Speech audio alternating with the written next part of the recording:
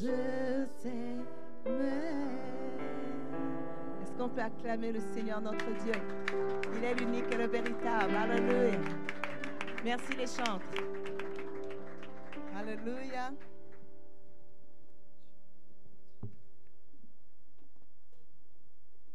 Le Seigneur a mis un message sur mon cœur ce matin. Et ce message s'intitule « Que vois-tu » ? Que vois-tu? Ou l'importance de voir juste. J'ai souvent entendu parler de l'importance de voir grand. Mais voir grand ne signifie pas que tu vois juste. Parce que tu peux voir plus grand que toi. Et ce que tu penses parfois être grand ne l'est peut-être pas autant. Il est important de voir juste. Alléluia. En d'autres termes, il est important d'avoir la bonne vision. Amen. Il est important d'avoir la bonne vision. Mais la vision de quoi? Le premier point que je vais aborder, c'est nous dire qu'il est important d'avoir une vision juste de qui on est. Et de s'assurer que ceux qui marchent avec nous ont de nous la vision juste de ce que nous sommes. Sinon, nous ne pouvons rien construire. C'est pour ça que la Bible nous dit que Jésus est venu chez les siens ne l'ont pas reçu. La Bible dit qu'il n'a pas insisté. À ceux qui l'ont reçu, il a donné le pouvoir. Il a décidé de travailler avec ceux qui le reçoivent. Alléluia. Et à ceux qui l'ont reçu, nous le ferons. Il leur pose la question, qui dites-vous que je suis? Alléluia. Il voulait s'assurer que même ceux qui marchaient avec lui étaient là parce qu'ils avaient la bonne vision de qui il est. Alléluia. Jésus avait la bonne vision de qui il est. Il se connaissait, il savait qui il était. Alléluia. Et quand on lit l'évangile de Jean, le chapitre 10, vous savez, des fois je me dis, Jésus était quand même un peu effronté, quoi. La manière dont il affrontait ses adversaires. Vous savez, l'un des passages que je préfère dans la Bible, c'est Jean chapitre 9. Lorsque Jésus guérit l'aveugle. Ce passage-là, je l'aime tellement. À cause de l'attitude de l'aveugle. Les pharisiens veulent lui faire croire qu'il n'a pas été guéri. Que ce n'est pas Jésus. Vous savez, quand Jésus a visité quelqu'un, vous ne pouvez pas le lui enlever. C'est pour ça que je ne suis pas ébranlée par les philosophes, les scientifiques. Ils peuvent écrire, Jésus-Christ est une légende, Jésus-Christ n'existe pas, Jésus-Christ ceci. Je dis, ils parlent de ce qu'ils ne connaissent pas. Moi, je le connais. Donc, personne ne peut me convaincre qu'il n'existe pas parce que je le connais, parce que je l'ai rencontré. Parce qu'il est présent dans ma vie chaque jour. Je le connais. Alléluia. Le fait de ne pas connaître quelqu'un ne veut pas dire qu'il n'existe pas.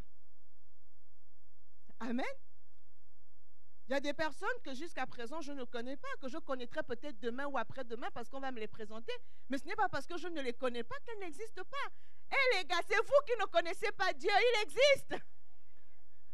C'est vous qui ne connaissez pas Jésus, mais il existe. Amen. Faites la démarche pour essayer de le connaître.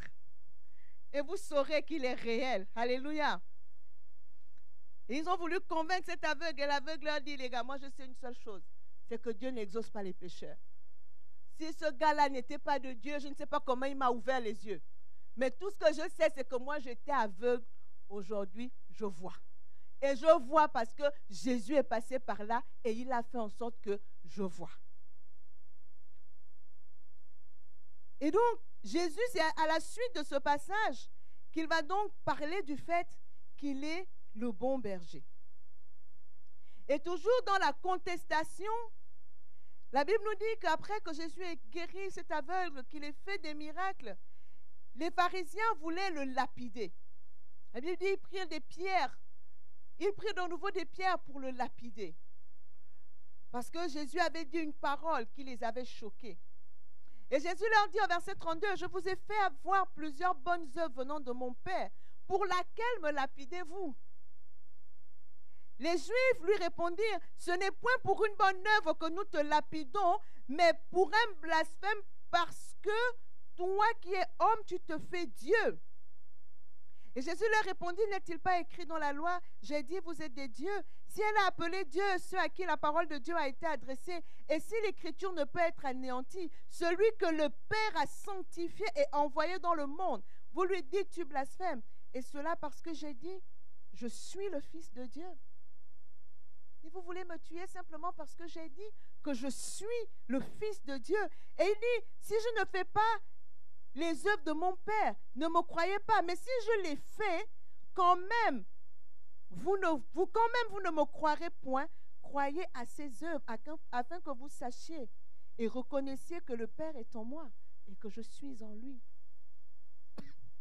Face à l'adversité, Jésus ne nie pas, il affirme qui il est. Il dit que ça vous plaise ou non, c'est ce que je suis. Je suis le Fils de Dieu. Il ne renie pas son identité parce qu'on est prêt à le lapider. Il ne renie pas ce qu'il est. Il ne se dilue pas dans le milieu. Il dit, moi je suis le Fils de Dieu. Et ceux qui attestent que je suis le Fils de Dieu, ce ne sont pas uniquement mes paroles, mais mes actes, mes œuvres disent qui je suis. Mes actes parlent pour moi. Alléluia. Mes actes parlent pour moi. Ce n'est pas seulement mes paroles. Ce n'est pas seulement moi je suis chrétien, moi je suis enfant de Dieu. Alléluia. Amen. Tes œuvres rendent quel témoignage?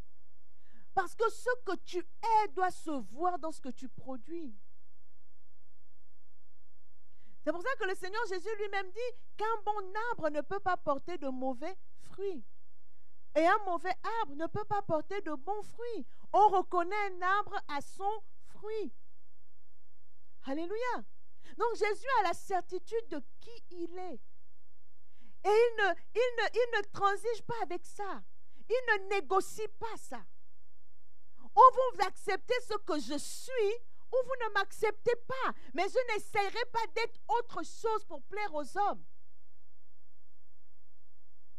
Même si vous voulez me tuer, allez-y. Mais je ne négocierai pas ce que je suis. Je ne négocierai pas ce que Dieu a fait de moi. Je ne négocierai pas ce que Dieu a décidé de faire de moi. Il dit de toute façon, que vous le vouliez ou pas, mes œuvres témoignent que le Père est en moi et que je suis en lui. C'est tout. Si vous l'acceptez, je vous bénirai. Vous ne l'acceptez pas, c'est tant pis. Alléluia. Nous ne sommes pas souvent suffisamment conscients de notre identité. Et c'est pour ça que nous n'atteignons pas, nous n'accomplissons pas parfaitement les œuvres que Dieu veut qu'on accomplisse. Parce que dans l'adversité, on n'affirme pas notre nature d'enfant de Dieu. Dans l'adversité, on n'est pas prêt à rester enfant de Dieu. Au milieu des collègues au travail, tu as peur qu'on te taxe de, je ne sais pas, d'attarder, je ne sais pas, de quelqu'un qui vient d'un autre âge. Mais bien aimé, tes œuvres doivent rendre témoignage de toi. Une fois, j'ai dit à un journaliste qui m'avait dit, oui, madame, donc je ne comprends pas, j'apprécie vos écrits, j'apprécie vos interviews, mais ce que je ne comprends pas, c'est que vous soyez chrétienne et que vous soyez pasteur. Je trouve ça contradictoire, que vous parliez de Dieu. Et je lui ai dit, mais pourquoi vous croyez que quand j'écris des livres, ils sont pertinents, quand je fais des interviews, elles sont pertinentes, et quand je parle de Dieu, je deviens folle? C'est la même personne. Vous pouvez aussi avoir le raisonnement inverse et vous dire que si cette femme que je trouve pertinente et intelligente parle de Dieu, peut-être qu'il y a quelque chose. Peut-être qu'elle a vraiment rencontré ce Dieu-là. Parce que je suis la même. Je ne suis pas folle quand je parle de Dieu. Je suis la même. Donc je parle de Dieu parce que je le connais. Et que ce que je dis de lui relève de mon expérience avec lui. Donc si je ne suis pas folle en écrivant des livres, je ne suis pas folle non plus en parlant de Dieu. Il n'y a pas un moment où je disjoncte. Je suis la même. Nous devons assumer notre identité. Nous avons souvent trop de personnalités. On est chrétien à l'église. Mais quand tu es avec tes amis dehors, si Si tes amis voient l'image de quand tu es dans l'église, ils vont dire, c'est pas lui. Non, c'est pas elle. Ça, jamais. On leur montre la vidéo de quand tu es là. Alléluia. On dit, lui là, il va à l'église. Amen. Mais ça doit être le contraire. Quand ils te voient, ils doivent se poser des questions. Mais pourquoi celui-là est comme ça? Et le jour où ils découvrent que tu es chrétien, ils disent, ah, on comprend maintenant pourquoi il est comme ça. Lorsque j'étais étudiante à la fac, on avait un prof de chimie, donc tout le monde se moquait parce qu'il avait un très fort accent local. Et à son cours, c'est la fac, les cours ne sont pas obligatoires. Les cours magistraux, les TD sont obligatoires. Et tout le monde séchait ses cours magistraux et j'étais toujours là. Je venais toujours, je m'asseyais devant, je faisais mon travail, je ne parlais pas. Je faisais mon travail tranquillement. Et il s'interrogeait. Il s'interrogeait. Et j'étais là, je m'appliquais à tout bien faire, à ne jamais faire de boucan, à vraiment... Je faisais vraiment ce que j'avais à faire. Et un jour, ce monsieur est venu à l'église. Parce que nous étions étudiants, mais nous étions déjà pasteurs et nous avions monté une église sur place avec d'autres frères. Et le jour où il est venu à l'église, le dimanche, c'est moi qui conduisais la louange ce jour-là. Et quand le culte s'est terminé, il est venu me voir, il m'a dit, je comprends maintenant pourquoi vous êtes si calme. Donc vous êtes une servante de Dieu. Et je vous dis, ce monsieur s'est converti avec femme et enfants. Et jusqu'aujourd'hui, il est en Christ. Il est devenu l'un des diacres de notre église. Il est devenu l'un des principaux soutiens financiers de l'église. Imaginez seulement que dans l'amphi, je n'avais pas un bon témoignage. Et que ce monsieur arrive à l'église et me trouve devant avec le micro. Quelle image il aurait gardé de Christ et des chrétiens.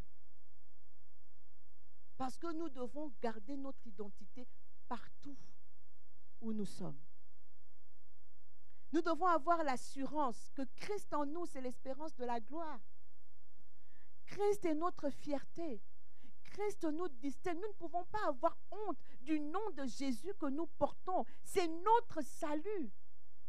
C'est notre identité, c'est notre vie. C'est grâce à cette identité que nous sommes appelés à impacter le monde. C'est grâce à cette identité que nous sommes appelés à accomplir des exploits. C'est par cette identité-là que Dieu se révèle au travers de nous et en nous.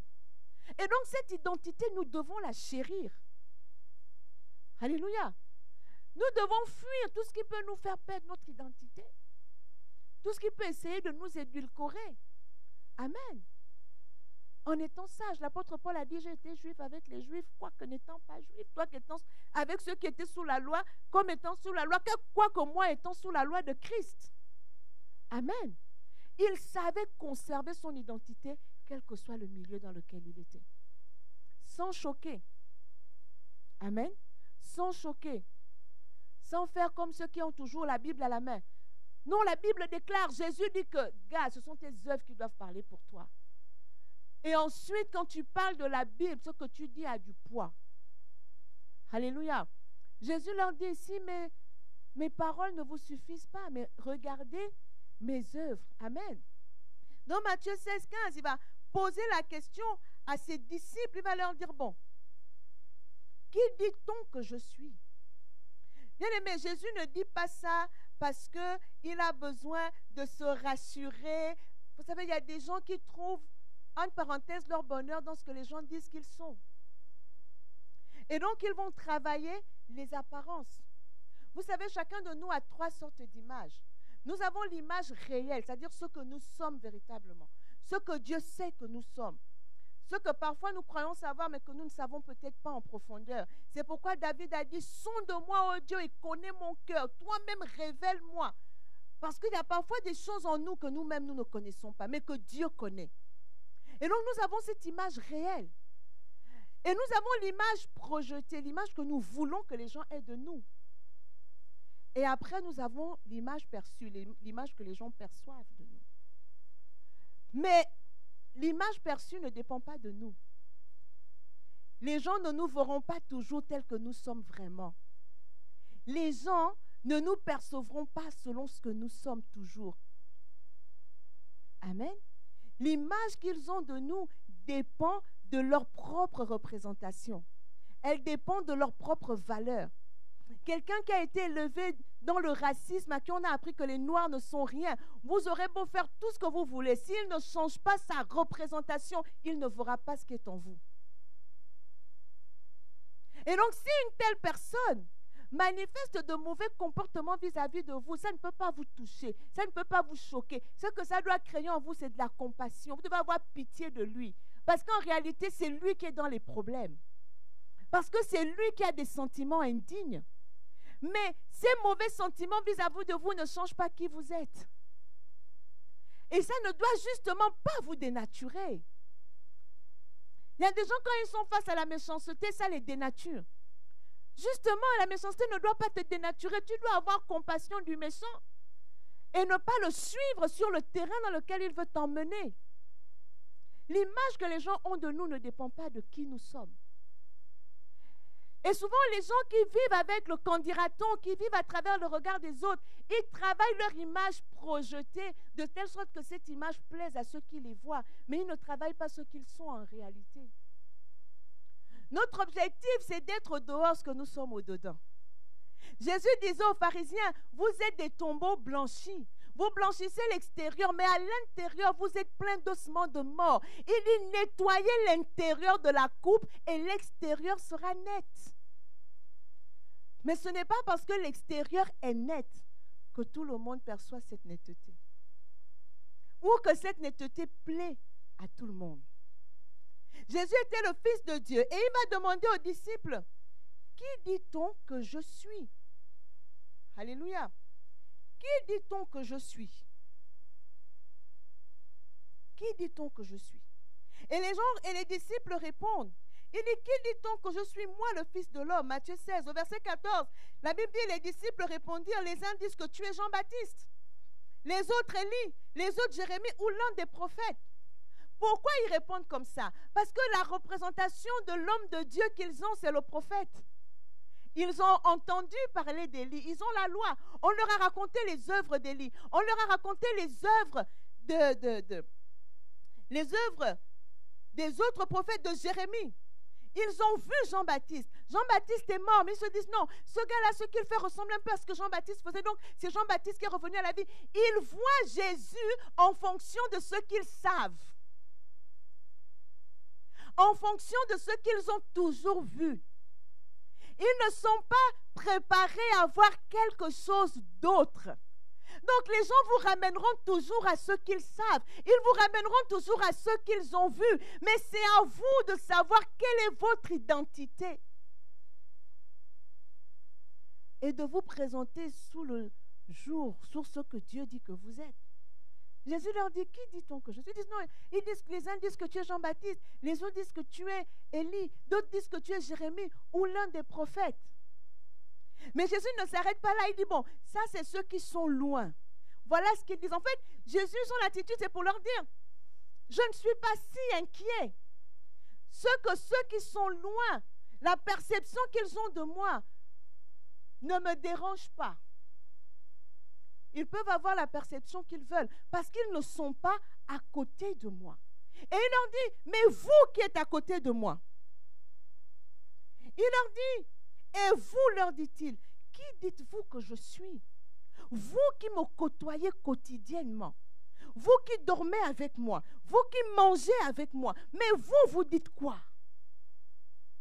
Vous, vous dites que je suis qui? Vous, vous me voyez comment? Alléluia. Vous me voyez comment? Parce que Jésus devait s'appuyer sur eux pour les choses qu'il voulait faire. Donc s'il n'avait pas la bonne image de qui est Jésus, ça n'allait pas fonctionner. Et parfois ça ne fonctionne pas parce que vous ne savez pas avec qui vous marchez. Vous ne savez pas ce que cette personne peut vous apporter. Vous ne savez pas qu'est-ce que Dieu lui a communiqué pour vous. Et vous passez à côté. Et Jésus leur dit, qui dites-vous que je suis? La Bible nous dit, Simon-Pierre répondit, tu es le Christ, le Fils du Dieu vivant. Il lui dit, ceux qui sont loin n'ont pas la réalité de qui tu es. Mais moi qui te côtoie, j'ai vu que tu n'es pas Jean-Baptiste, tu n'es pas Élie, tu n'es pas Jérémie. Tu es tout à fait autre chose d'autre que Dieu avait promis, le Messie. Tu ne ressembles en rien à ce qui a déjà été. Tu ne ressembles en rien, tu n'es même pas comparable à tous ceux qui sont déjà venus dire qu'ils étaient serviteurs de Dieu. Tu es d'une autre catégorie. Tu es le Christ, le Fils du Dieu vivant. Tu es le Fils. Et le Seigneur lui dit, oui, pour que tu en arrives là, il a fallu que ce soit Dieu qui te le révèle. Parce que humainement, tu ne pouvais pas trouver. Parce que la nature humaine nous ramène toujours à voir les gens au travers de ce que nous savons. Il nous faut prendre du temps. Il nous faut aller dans la présence de Dieu pour voir dans les gens ce que Dieu a réellement mis en eux et ce que Dieu dit qu'ils sont. C'est pour ça que le Seigneur lui dit, tu es heureux, fils de Simon. Parce que ce n'est pas la chair et le sang qui t'ont révélé ça, mais mon Père qui est dans le ciel. Parce que si tu t'étais limité aux hommes, tu aurais vu en moi le prophète. Tu aurais vu en moi Élie. Tu aurais vu en moi Jérémie. Mais tu es allé, tu as laissé Dieu te révéler qui je suis. Tu as laissé Dieu te donner la vision juste de qui je suis. Et il lui dira, tu es Pierre. Et sur cette parole que tu viens de sortir, sur cette révélation de qui je suis, je vais bâtir mon église. Et les portes du séjour des morts ne prévaudront moins contre elle. S'il n'avait pas eu la révélation que Jésus est le Christ, Jésus n'allait pas pouvoir bâtir l'église. Parce que l'église que eux, dont ils devaient être les premiers artisans après que Jésus soit parti au ciel, repose sur le fait que Jésus est le Christ. Le Messie loin de Dieu, celui qui est venu sauver. Et donc Jésus avait besoin de se rassurer que est-ce que vous savez vraiment qui je suis? L'église, bien-aimée, ne repose pas sur ce que Jésus fait.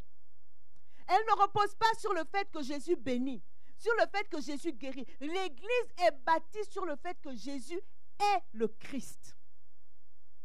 L'église est bâtie sur l'identité de Christ, sur ce qu'il est. Il est le Christ, le Fils du Dieu vivant. Il a dit, c'est sur cette révélation-là, sur cette parole-là, que je bâtirai mon église. Et l'église qui sera bâtie sur la révélation, sur le fait que je suis le Christ. Il dit les portes du séjour des morts. Ça veut dire tout ce qui viendra de l'enfer ne prévaudra pas contre elle.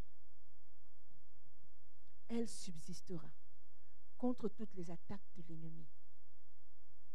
Nous voulons subsister contre les attaques de l'ennemi. Soyons fondés sur le fait que Jésus est le Christ. Et si nous sommes fondés sur le fait que Jésus est le Christ, nous réalisons aussi combien en lui, nous sommes enfants de Dieu. Et que cette identité d'enfant de Dieu n'est pas négociable. Parce que c'est à partir de cette identité que nous accomplissons. Jésus a bâti l'Église sur le fait qu'il est le Fils de Dieu. À partir de là, il construit. Dieu construit sur ce que nous sommes, avant de construire sur ce que nous avons. Parce que même ce que nous avons, c'est lui qui donne. Donc il est important que nous sachions qui nous sommes. Alléluia. Jésus avait la juste image, la juste révélation de qui il est. Et il s'est assuré que les disciples qui étaient avec lui avaient la juste vision de qui il est. Les personnes que tu veux prendre près de toi, les personnes à qui tu veux te confier, est-ce que tu as la révélation de qui elles sont? La Bible dit dans 2 Corinthiens 5 que nous ne connaissons plus personne selon la chair.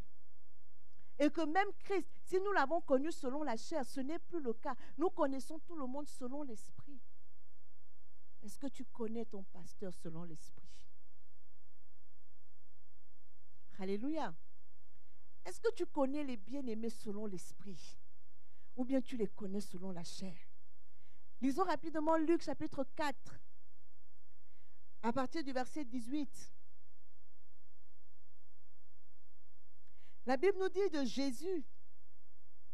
C'est du Seigneur dont il est question. Il arrive à Nazareth, là où il a grandi. Alléluia. Il arrive au verset 16, on dit, il se rendit à Nazareth où il avait été élevé. Et selon sa coutume, Jésus avait une coutume. Il entra dans la synagogue le jour du sabbat. Amen. Il y en a qui veulent faire croire que toutes les coutumes sont mauvaises. Non, la religion, c'est la coutume. Non, non, c'est pas ça. Jésus avait des coutumes. Et dans les coutumes de Jésus, il allait toujours là où on s'assemblait au nom de son Père. La Bible dit, comme selon sa coutume, il entra dans la synagogue le jour du sabbat. Donc Jésus ne pouvait pas être à un endroit le jour du sabbat sans aller à la synagogue. Est-ce que je parle à quelqu'un? C'était une coutume. Donc ce n'est pas un problème si aller à l'église le dimanche devient ta coutume. C'est une bonne coutume. Oui. C'est une coutume que Dieu approuve. Il y a de bonnes coutumes. Moi, j'ai une coutume, c'est que le matin, je m'interdis de lire quoi que ce soit si je n'ai pas lu la Bible en premier. C'est une coutume. Si je dois lire un truc, même pour mon travail, je vais d'abord lire la Bible, même si je lis seulement un verset. Mais je lis d'abord la Bible avant de lire autre chose. C'est une coutume que je me suis imposée. Amen. Il est allé dans la synagogue et il s'est levé pour faire la lecture. Et on lui a remis le livre du prophète Ésaïe. Et sur ce livre, il était écrit « L'Esprit du Seigneur est sur moi ».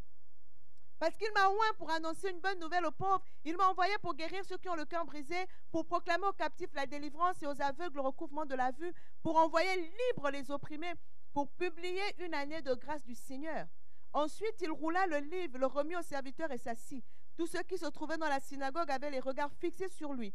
Alors il commença à leur dire, « Aujourd'hui, cette parole de l'Écriture que vous venez d'entendre est accomplie. » Et tous lui rendirent témoignage. Ils étaient étonnés des paroles de grâce qui sortaient de sa bouche. Et ils disaient, « N'est-ce pas là le fils de Joseph ?» Jésus leur dit, « Sans doute vous m'appliquerez ce proverbe, médecin, guéris-toi toi-même. Et vous me direz, fais ceci dans ta patrie, tout ce que nous avons appris que tu as fait à Capernaum. » Mais ajouta-t-il, « Je vous le dis en vérité, aucun prophète n'est bien reçu dans sa patrie.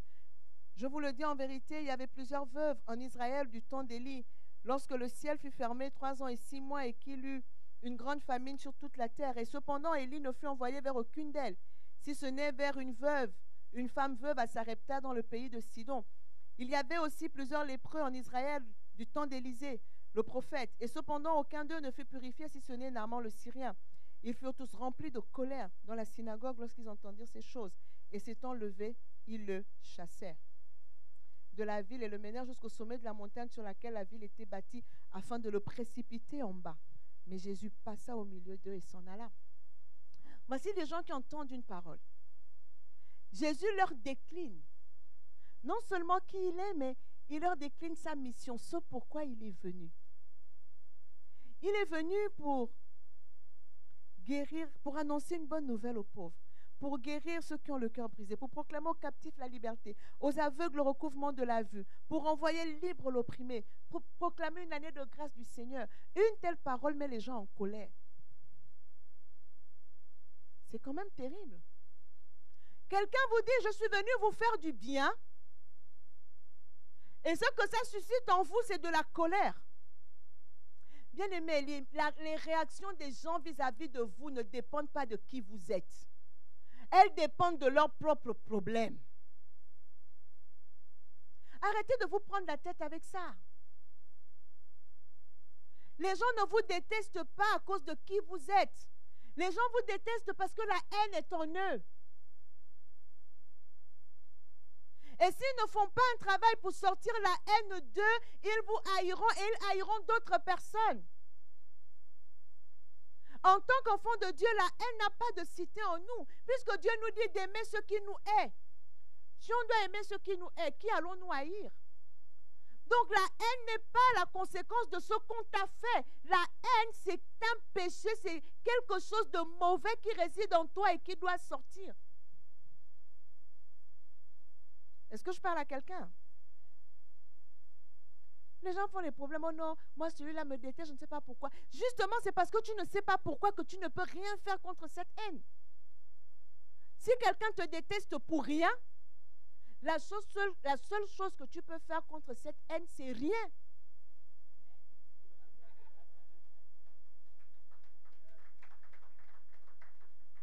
Si quelqu'un te déteste parce que tu l'as offensé, ce que tu peux faire pour régler le problème, c'est d'aller demander pardon. C'est d'aller te réconcilier, non? N'est-ce pas?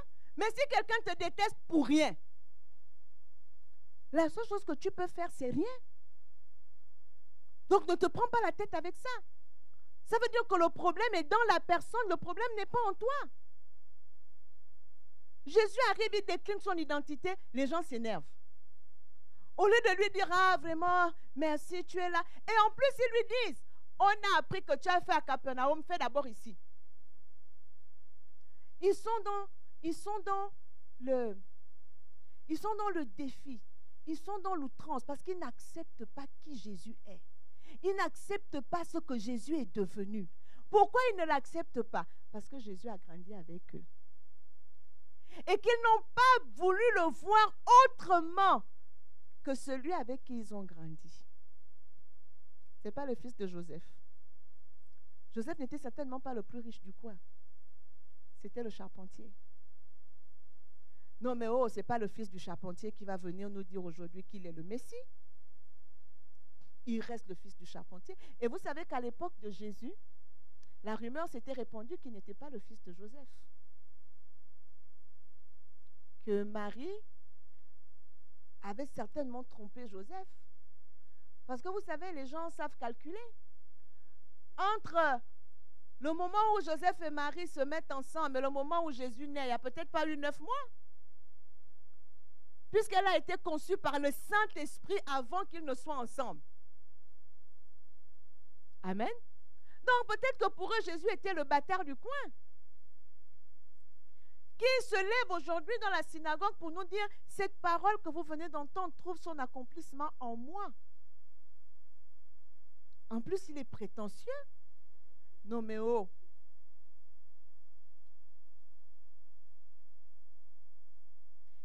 Pour ne pas avoir su voir qui était Jésus, ils n'ont pas bénéficié de la grâce qui était en lui. Ils n'ont pas bénéficié de l'onction qui était sur Jésus.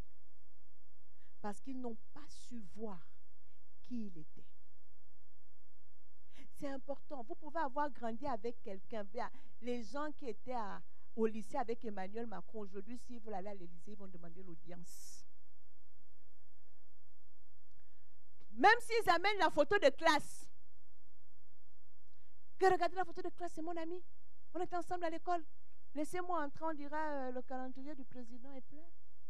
L'agenda, si c'est votre ami, vous avez son numéro de portable, arrangez-vous avec lui. Souvent, les gens n'acceptent pas ce que les autres deviennent.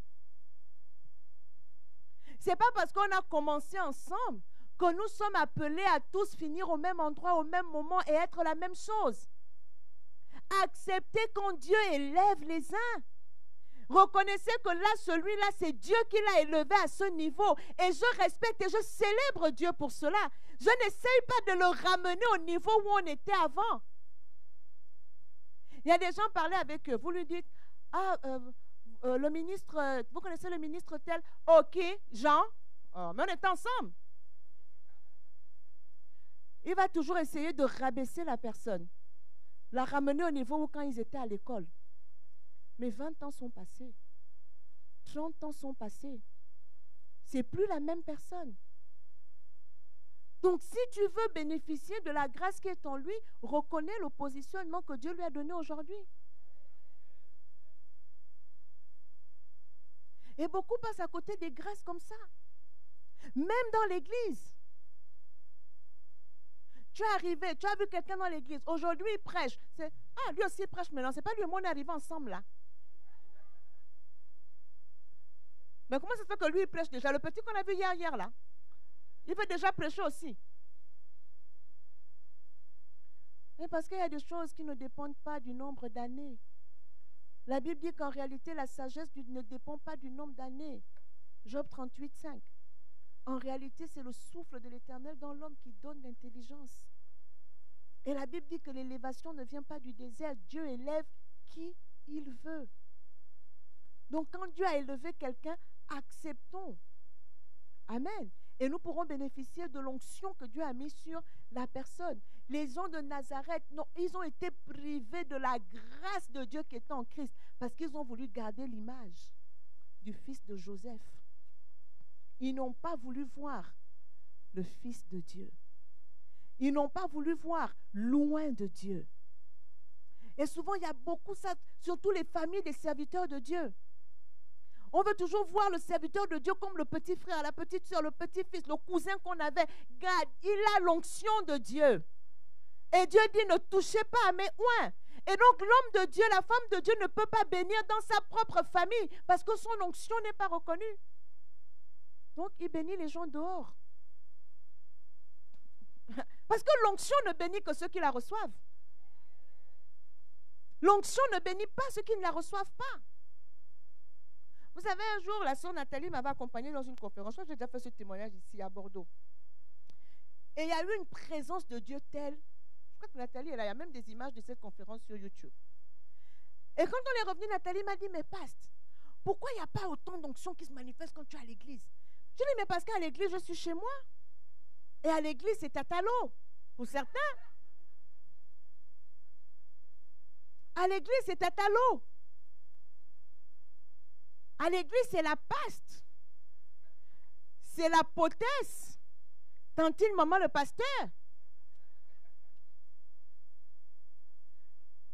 Je dis, l'attitude vis-à-vis de l'onction n'est pas la même.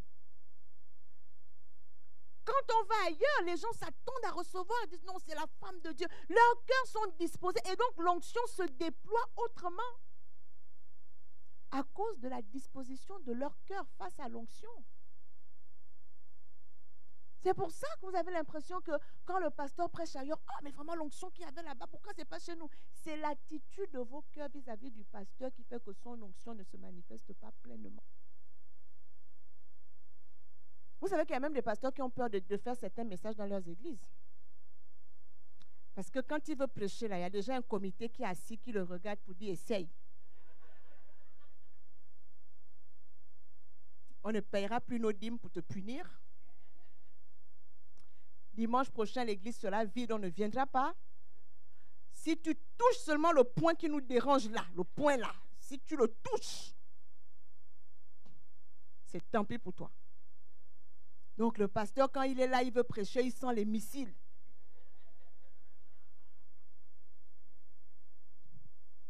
Mais ce que vous ne voulez pas que le pasteur touche, c'est ce que Dieu veut toucher pour que l'église change. Et que l'église entre dans ce que Dieu a pour elle. Donc si vous le liez, qui ne peut plus parler? L'église ne peut pas avancer. Alléluia. Nous avons besoin de voir juste. De voir juste qui nous sommes. De voir juste qui Dieu dit que nous sommes. Mais de voir juste aussi ce que Dieu met à côté de nous. Ce que Dieu met autour de nous. Ce que Dieu met avec nous. L'église dans laquelle Dieu t'a mise, tu la vois comment?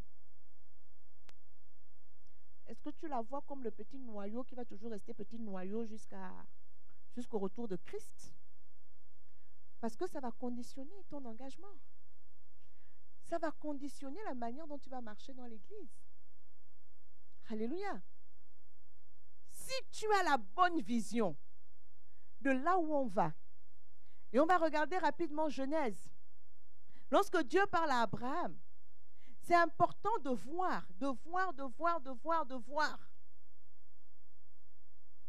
Je ne suis pas en train de parler de la vision avec les yeux charnels. Je parle de la vision avec les yeux de l'esprit. Avec les yeux de l'âme. Qu'est-ce que tu vois? Vous savez qu'il y a des gens, ils viennent à l'église, ils veulent toujours montrer que le pasteur, c'est mon parent. Il veut te parler dans la langue du pays. Notre église est multiculturelle, hein, toutes les nationalités s'expriment ici.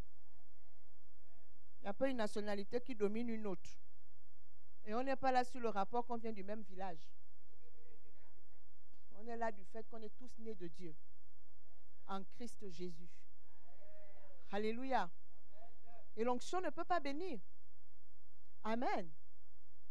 Dans Genèse 13, la Bible dit, l'Éternel dit à Abraham, après que Lot se fut séparé de lui, lève les yeux et du lieu où tu es, regarde vers le nord, vers le midi, vers l'orient et l'occident, car tout le pays que tu vois, je le donnerai à toi et à ta postérité. Je rendrai ta postérité, pour toujours, je rendrai ta postérité comme la poussière de la terre.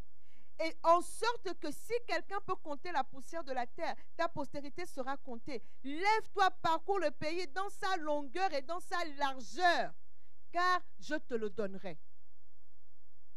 Dieu parle ici à Abraham pour qu'Abraham ait une image dans son esprit. Nous devons voir des choses. Nous devons voir. Il lui dit, lève les yeux, regarde le pays, je vais te le donner. Abraham devait avoir une vision de la largeur, la longueur du pays que Dieu voulait lui donner. Pour qu'il réalise que mais Dieu n'est pas en train de jouer avec moi. Dieu n'est pas en train de me donner 2 mètres carrés là. Et si Dieu doit me donner un tel pays, c'est que je dois avoir un plan pour le construire. Je dois réfléchir plus que quelqu'un à qui on donne un terrain de 100 mètres carrés. Est-ce que je parle à quelqu'un? Dieu lui demande d'avoir une vision du territoire, mais Dieu lui donne aussi une image de la postérité qu'il doit avoir. Dieu lui dit, elle sera comme la poussière de la terre. Si quelqu'un peut compter la poussière, c'est qu'on pourra compter ta postérité. Pourquoi Dieu lui donne des images? Parce que les images s'imprègnent en nous. Les images s'imprègnent parfois beaucoup plus que les paroles. Dieu lui dit, tu dois voir. Tu dois avoir une image, tu dois avoir une vision du territoire et de ce que je veux faire avec toi, de ce que je veux te donner. C'est pourquoi je dis, il faut voir juste. Abraham pouvait voir grand, mais peut-être pas aussi grand que le territoire que Dieu voulait lui donner s'il ne l'avait pas parcouru. Bien aimé, 1 hectare, c'est grand. Mais 100 hectares, c'est aussi grand. Mais c'est plus grand que 1 hectare. Quelqu'un qui a toujours eu un terrain de 100 mètres carrés, si vous lui parlez d'1 hectare, lui, il l'a déjà vu grand. Est-ce que je parle à quelqu'un? Il a déjà vu grand. Et il va voir grand 1 hectare quand peut-être Dieu lui veut lui donner 100 hectares. Donc il faut voir juste dans ce que Dieu a prévu pour toi. Dans ce que Dieu veut que tu fasses, tu dois pouvoir voir juste. Alléluia. Jésus voyait juste. Dans Luc 4, il dit, l'Esprit du Seigneur est sur moi pour ça, ça, ça, ça. Il ne doute pas, il ne cherche pas pourquoi il est là. Dans Jean 10, il dit, je suis la porte des brebis, je suis venu donner ma vie, je suis venu sauver. Il savait pourquoi il était là. Toi, tu peux parler avec assurance que tu es là pourquoi? Tu es sur terre pourquoi? Tu es dans l'église pourquoi? Tu es dans cette famille pourquoi? Quelle est l'image? Tu as créé une entreprise, ok. L'image, elle doit aller jusqu'où? Cette entreprise. Amen. Il y a des gens à qui Dieu peut dire que tu aurais une entreprise locale qui va grossir localement. Tu n'es pas obligé d'avoir une entreprise avec des succursales partout dans le monde. Mais il y en a aussi à qui Dieu va dire l'entreprise que tu commences doit s'étendre dans le monde. Et commence par tel endroit, commence par tel endroit. On a besoin de voir juste, d'aller dans le cœur de Dieu pour voir. Sinon, on va vivoter. On va tourner en rond. Et on ne va à la fin de la journée rien accomplir. Et on finit frustré. On finit aigri. Quand on voit les réalisations des autres, on est aigri. Mais parce qu'on ne s'est pas concentré sur ce que Dieu voulait que soi-même on fasse. Vous savez, quand les frères de Joseph combattaient Joseph, il y a 2 choses qu'ils ne faisaient pas. Une qu'ils faisaient et une qu'ils ne faisaient pas. À force de mettre toute leur énergie pour combattre Joseph, ils ne se sont même pas rendus compte qu'ils étaient devenus les principaux artisans de la destinée qu'ils voulaient combattre. Ils travaillaient pour Joseph. Mais il y a une chose qu'ils n'ont pas faite, c'est qu'ils n'ont pas travaillé pour leur propre destinée.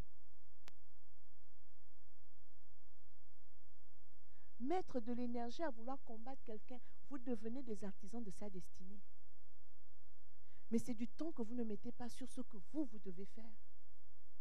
Sur ce que vous devez accomplir. Sur où est-ce que Dieu veut vous emmener, vous.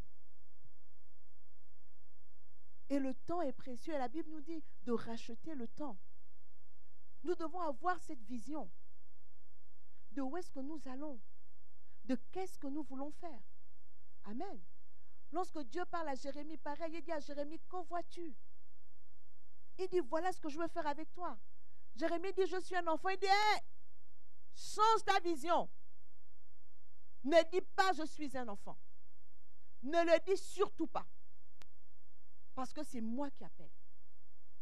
Et après, Dieu lui dira, que vois-tu? Il dit, je vois une branche d'amandier. Dieu lui a dit, tu vois juste.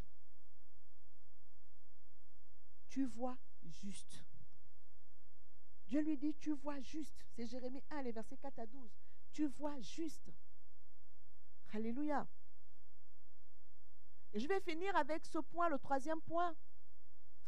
Bien-aimés, ceux qui vous combattent, ceux qui vous combattent voient en vous ce que vous-même vous ne voyez pas des fois. Et voient en vous des fois ce que vous-même vous ne voyez pas. Et vous vous dites, mais c'est quoi le problème? Je ne comprends pas. Et pourtant, moi, je ne suis rien. Et pourtant, moi, je n'ai rien. Mais pourquoi on me combat comme ça? Il voit ce que toi, tu ne vois pas. Il faut que Dieu t'ouvre les yeux. On va lire Exode 1, le verset 16.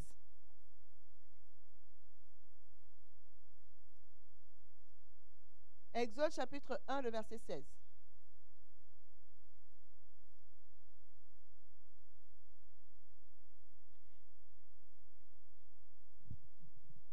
La Bible nous dit que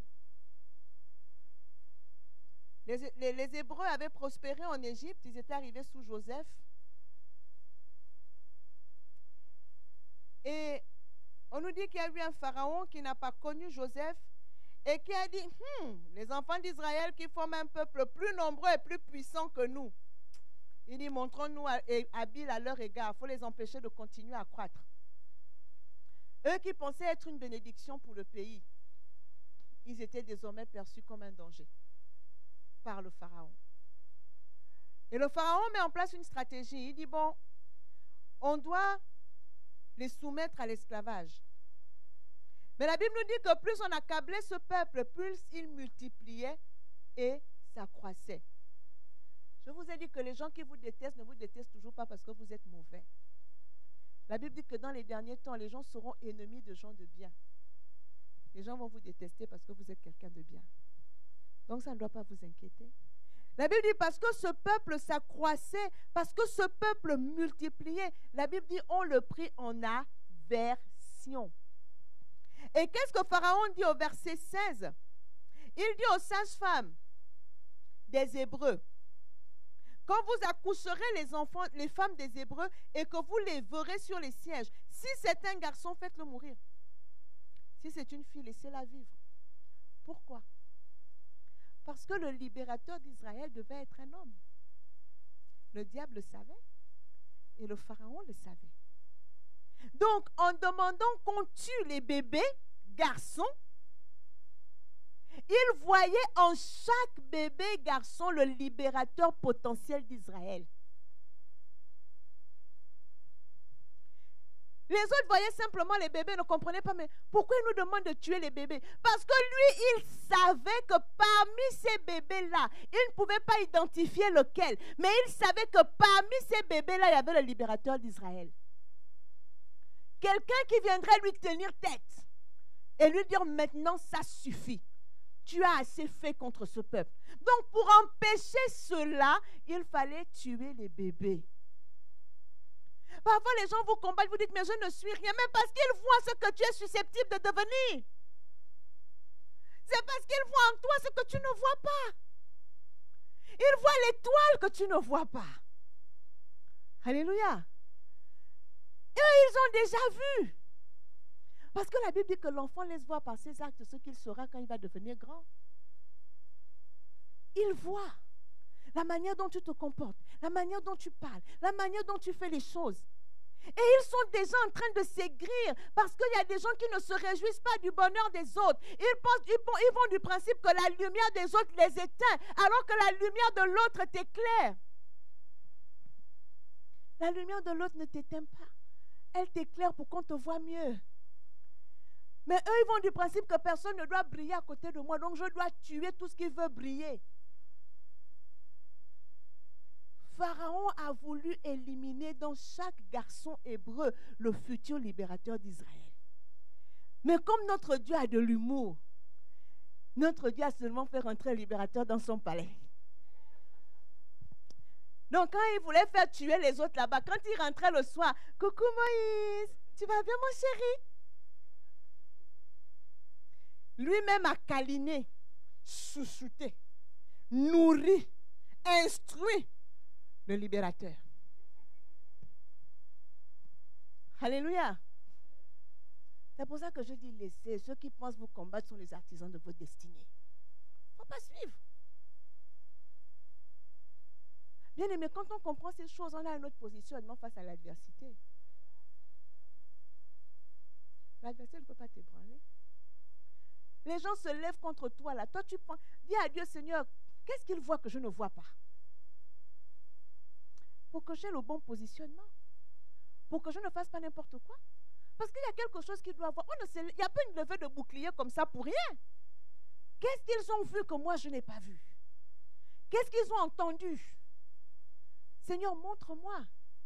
Alléluia. Ça a été la même chose pour Jésus. Lorsque le roi Hérode apprend qu'il y a un bébé qui est né, que ce bébé est le futur roi, il dit, bon, je ne sais pas lequel des bébés c'est, on les tue tous. Parce que le diable veut souvent tuer dans l'œuf la destinée avant qu'elle ne voie le jour. Donc chaque combat auquel vous faites face n'est jamais vain. Ce n'est jamais pour rien. L'ennemi va souvent lever les vents parce que lui, il a vu ce que vous ne voyez pas encore. Donc il veut vous stopper avant même que vous ayez vu. Il veut vous stopper avant que vous n'ayez pris conscience. Parce que le bébé ne sait pas encore. Le bébé ne sait même pas pourquoi il est venu. Donc, il veut tuer la vision dans son œuf, dans l'embryon, le plus tôt possible. Alléluia.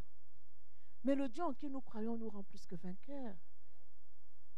Il nous donne les solutions. Alléluia. Il nous montre les choses. Il nous donne toujours une longueur d'avance. Et Dieu a parlé aux sages-femmes hébreux.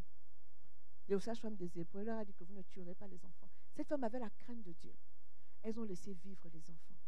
Et les parents de Moïse, téméraires, ils ont gardé cet enfant 3 mois. Alléluia. Sachant que c'était contre la vie du roi. Les gens qui disent là, il faut se soumettre à l'autorité à n'importe quel prix. L'autorité a toujours raison. Si les Hébreux, les sages-femmes hébreux s'étaient soumises à la loi de Pharaon, Moïse n'aurait pas existé. Et si les parents de Moïse n'avaient pas décidé d'entrer en résistance contre Pharaon en nourrissant cet enfant 3 mois, Moïse n'aurait pas existé. Alléluia. Il y a des décisions iniques auxquelles on ne peut pas se soumettre. Et ils ont gardé cet enfant 3 mois. Et ils ont suivi le plan de Dieu. Quelle inspiration! Ils savaient que la fille de Pharaon a l'habitude de se baigner là, dans le Nil. Donc nous, on va déposer le bébé ici pour que quand elle va voir, elle le prenne. Mais elle aurait pu ne pas le prendre, elle aurait pu le tuer. Elle savait que c'était un bébé des Hébreux. Mais Dieu était au contrôle des circonstances. Et Dieu a fait que quand elle a vu ce bébé, il y a une compassion qui est née dans son cœur. Elle a pris cet enfant. Et vous savez que quand Moïse sort de l'Égypte avec le peuple d'Israël, cette femme part avec lui. Elle ne reste pas. Alléluia. Notre Dieu contrôle les temps et les circonstances. Mais nous avons besoin de savoir qui nous sommes. Nous avons besoin de voir clair. Parce que comme dit la Bible, un aveugle ne peut pas conduire un autre aveugle. Et Jésus dit bien qu'il est venu donner aux aveugles le recouvrement de la vue. Ce n'est pas seulement les aveugles physiques, mais c'est aussi les aveugles spirituels. Peut-être que ce matin, tu es aveugle sur ta destinée. Tu es aveugle sur ce que Dieu veut que tu fasses. Tu es aveugle sur qui tu es. Tu es aveugle sur ce que Dieu a mis autour de toi. Tu ne comprends pas. Tu as peut-être une personne qui te fait tout le temps des reproches et ça t'énerve. Mais cette personne, c'est peut-être celle que Dieu a mis là pour que tu deviennes meilleur. Ne cherche pas seulement ceux qui te font des compliments. Parce que parmi eux, il y a des flatteurs. Si quelqu'un ne te fait que des compliments, méfie-toi. À un moment, il ne te dit plus la vérité. Parce que personne n'est parfait. L'ami qui te fait tout le temps des compliments doit être capable de te dire aussi que là, tu as mal agi. S'il ne le fait pas, ça veut dire qu'il le dit quand tu n'es pas là. Et donc, ce n'est pas un bon ami. Alléluia. Est-ce qu'on peut prier le Seigneur?